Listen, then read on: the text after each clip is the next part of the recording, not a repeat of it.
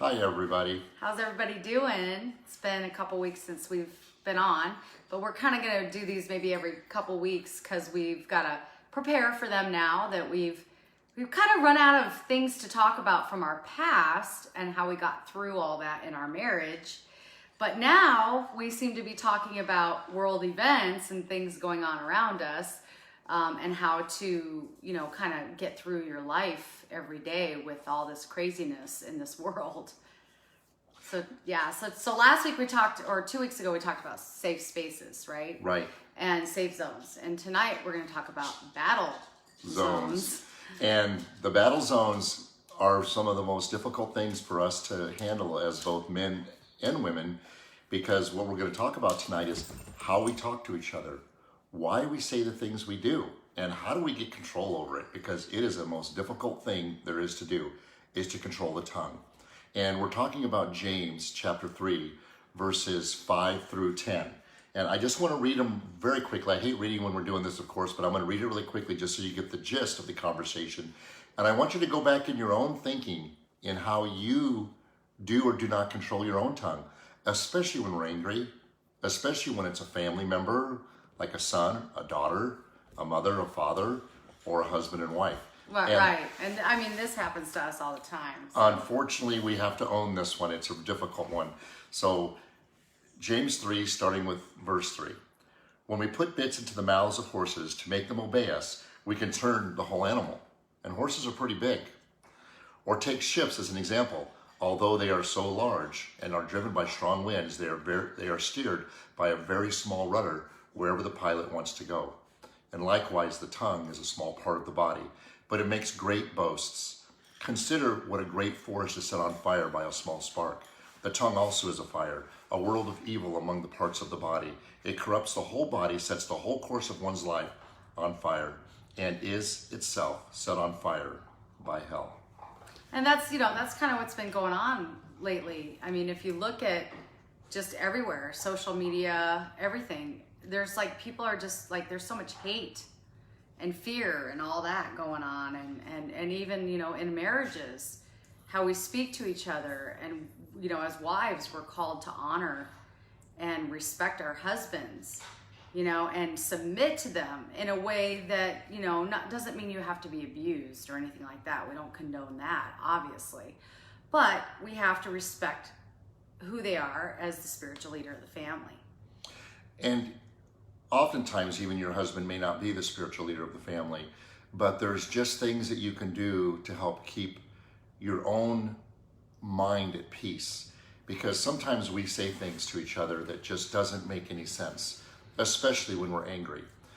Kimberly and I, sometimes we could just start a simple conversation, and all of a sudden we're in a knockdown, drag-out fight verbally, and it doesn't even make sense. And I want to really more talk about how do we control this moment? How do we avoid getting personal? We're having a discussion the other day, and Kimberly and I are talking about, what did we get in that little argument about? I don't have a clue. It was so dumb. Well, yeah, they usually are dumb ones. But it's so true. It's like all of a sudden you're just on this little rabbit trail. You're going into the rabbit hole. Yeah, you're going into the rabbit hole. It's like, how do we get there? We go, this is so stupid, and not even like, it's like pick your battle kind of thing. Because right. it wasn't even worth it kind of thing. But Jay and I, we've noticed lately, like just probably in the last couple years, that the enemy is within our conversations. Like we can tell where I will say something and he gets something totally different and vice versa. So lately what we've kind of decided to do is, if you ever do get in that type of situation, it's always good to stop and pray. Because when you stop and pray and you bring God in the midst of it, there's healing and there's humbleness, and your heart, softens a little, and you're not as angry. So that helps a lot. Well, all I know is that when we get in our discussions of something, or let's not call it a discussion, when we get in these arguments, it's kind of like, I know I'm right, and she knows she's right. Yeah. And once we both take that position of being right, guess what's not going to happen? No one's going to be right, and it's just going to be a fight. Right. And there's no light in you when that's happening. So these anger issues is controlling the tongue.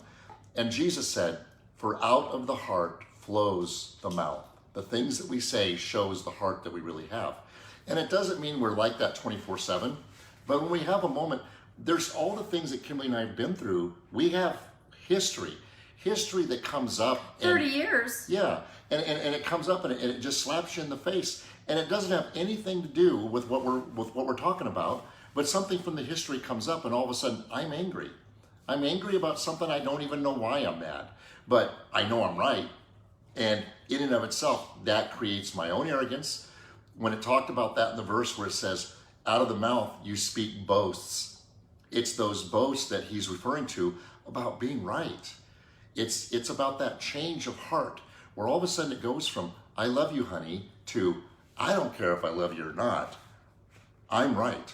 And you just need to accept that. Submit. And not just for her, and it's the same way for her to me. She's talking to me and she knows she's right. I was like, I need to submit to what she's saying. I need to accept what she's saying and accept it as the absolute truth. And the most difficult thing for us to do is to agree to disagree. Last week we were talking about something and she was angry and I was angry. And I calmed down, and it goes both ways, so don't take it just me. I just remember what happened to me. I calmed down and said, honey, we just have to agree to disagree. And she wasn't there yet. And she kept coming after me, and I'm going, honey, we agreed that we have to be able to agree to disagree. And she just couldn't get there. And I do the same thing in different points of conversations when we're having arguing. But it's like, when you can agree to disagree and walk away, which we do 90% of the time, it's that 10% where it gets out of control. That personal feeling that you're right starts to boast, starts to try to prove it, won't back off until the other person submits to, yes, honey, you're right, I'm sorry. Yeah, that's the other thing, apologizing, right?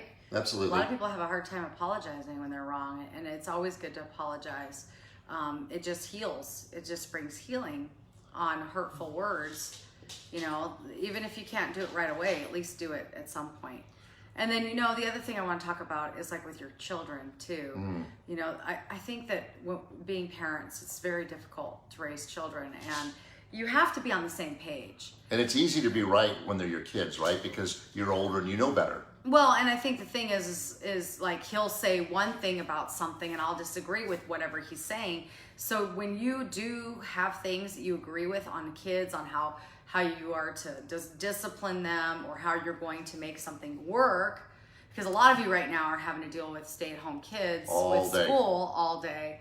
And, a lot of you are making designated areas for them to work on the computer and things like that. So things have to be in agreement. And when you make that agreement with your children, you need to stick to that agreement, because sometimes your kids will play you against each other. And we've seen this with our kids, So you have to really be They're sneaky and smart. They are. And they're so sneaky, it's irritating.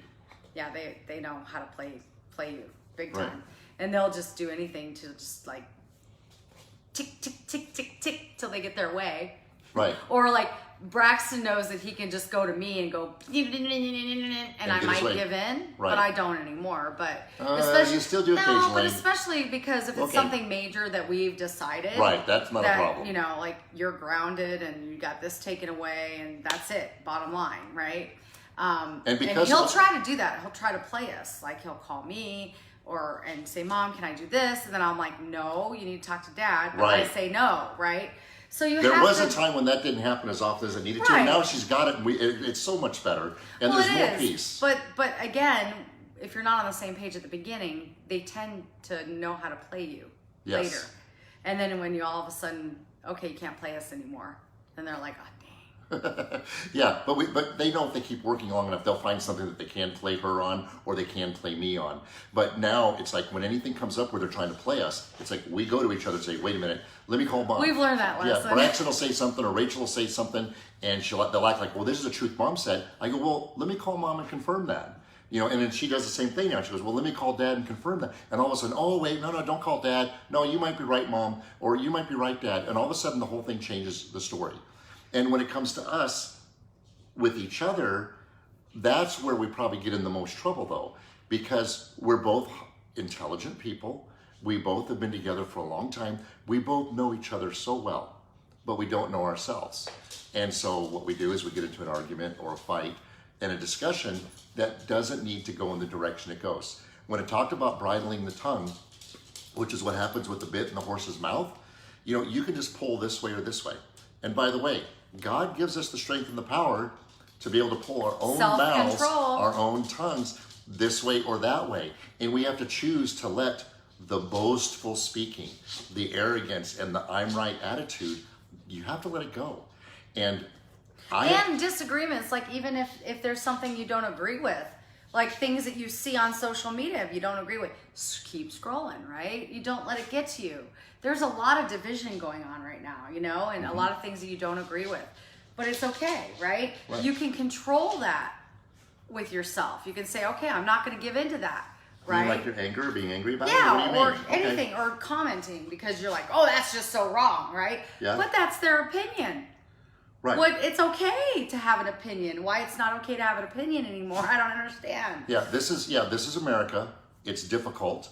And in our country, we have a lot more freedoms, which I think makes it difficult to be married in these freedoms. Because when we get tired of something, what do we want to do? We want to start with somebody new, start with something new. And all of a sudden, because we have those feelings, out of the heart does the mouth speak. And these are the times that we attack each other because we feel there's something better out there. And as Americans, we even more so have to keep that in control with God's help because of the freedoms we have and the society that we live in where divorce is totally okay now. It's not, but all of a sudden 50% divorce is okay. So all of a sudden we can speak the truth that we see, but what is the truth? The truth is God still says divorce is not okay. Right. Unless you should avoid it at all costs. Abuse is different. Get out of the situation. Doesn't necessarily you may need a divorce, but... Or if your heart's hardened, right? That's another... But Jesus said it was only because of the hardness of your hearts that I allowed it. Right. Not because I ever wanted it. Only because of the hardness, which means that you've changed. And that's a lot, and that's also has a lot to do with unforgiveness, which we've talked about. You have to forgive. And I know sometimes it's hard. It is hard. I mean, we deal with it every day on what we went through, and we still have to deal with it today, 10 years later. Yeah, sometimes my anger comes from stuff that's from history.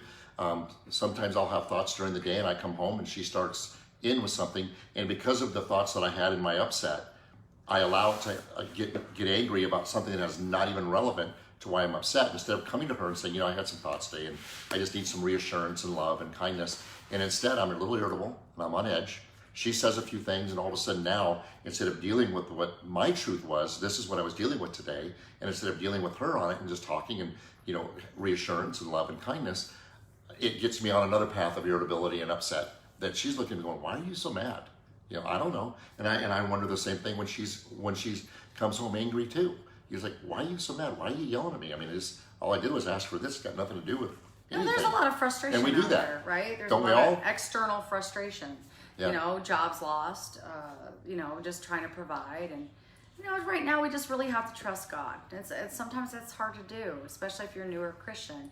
And the other thing we want to talk about, just briefly, because I know we're taking up a lot of time here, is about the truth out there. Right now you got to seek truth, and it's very difficult with a lot of stuff that's going on. I mean, it's just like things are getting taken down, and it's hard to find truth. So just always be in the Word, have the Holy Spirit guide you. When you're in the Word, God's Word. There is a spiritual discernment that we have opportunity to have when we become Christian. Right. And even if you're not Christian and God's working on your heart, still seek Him in the truth. Because when Pilate was talking to Jesus said a few things, and Jesus said something about the truth. And Pilate just looked at him and said, truth, what's truth?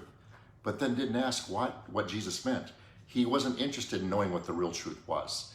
And I think a lot of us in this country today are doing that. They would rather just submit to whatever they're hearing as truth instead of doing their own research and finding out what the truth is. So they can make a decision, an intelligent decision for themselves. So everybody's running amok, getting angry for reasons they don't even understand, and they're just upset. And then they start talking, and then they say the wrong things and lash out.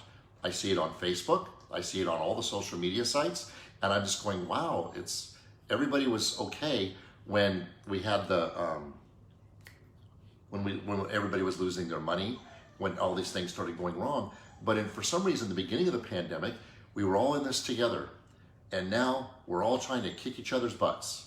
And it's just really difficult to work through it, but we will. Yeah, and we can't be divided. You know, we have to love each other, and like Christ calls us to love one another and support each other. And, you know, just be there for each other and pray, lots of prayer, and just love and support. And especially with marriages right now, you know, there is a lot of pressure right now from the world. So just hang in there, guys, and we're here to pray with you. If you ever want to meet, you know, let us know, and we're here for you. But thanks for listening, and we'll see you in a couple weeks. And you guys have a wonderful, wonderful week, and be safe. Take care. Thanks. Bye.